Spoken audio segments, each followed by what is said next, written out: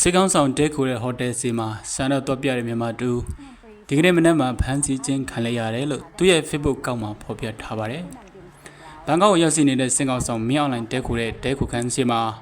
တကူတော်ဆန္ဒတော့ပြတဲ့မြန်မာလူတူဖမ်းဆီးခြင်းခံရတယ်လို့သူ့ကိုလိုက်ပါကူညီပေးနေသူတွေကပြောပါတယ်။မအလာကိုဆန္ဒတော့ပြရင်ကျွန်တော်ခဏထိန်းသိမ်းခံပါတယ်။စိတ်မပူကြပါနဲ့မြန်မာပြည်တော့ခဏပြန်ပို့မဲတဲ့အခုတော်မောင်ဖုန်ခဏပေးသုံးပါတယ်၎င်းကသူ့ရဲ့ Facebook မှာဖော်ပြထားပါတယ်။ဖန်စီခံတဲ့သူဟာကိုဖြိုးပိုင်ဖြစ်တယ်လို့သိရပါတယ်။ကျွန်တော်ထောက်လိုင်းရေးကိုမေးတော့ဟုတ်တယ်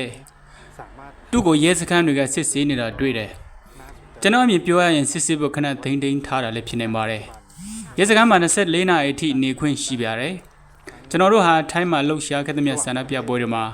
ခေါင်းဆောင်လုပ်နေသူတွေဖြစ်ပါတယ်။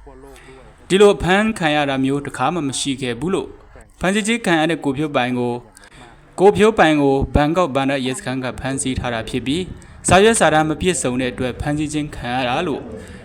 တွားရောက်ကူညီပေးသူကတည်င်းပေးပို့လာပါတယ်။ပါရခင်ဗျာကျွန်တော်ကိုချစ်ပါ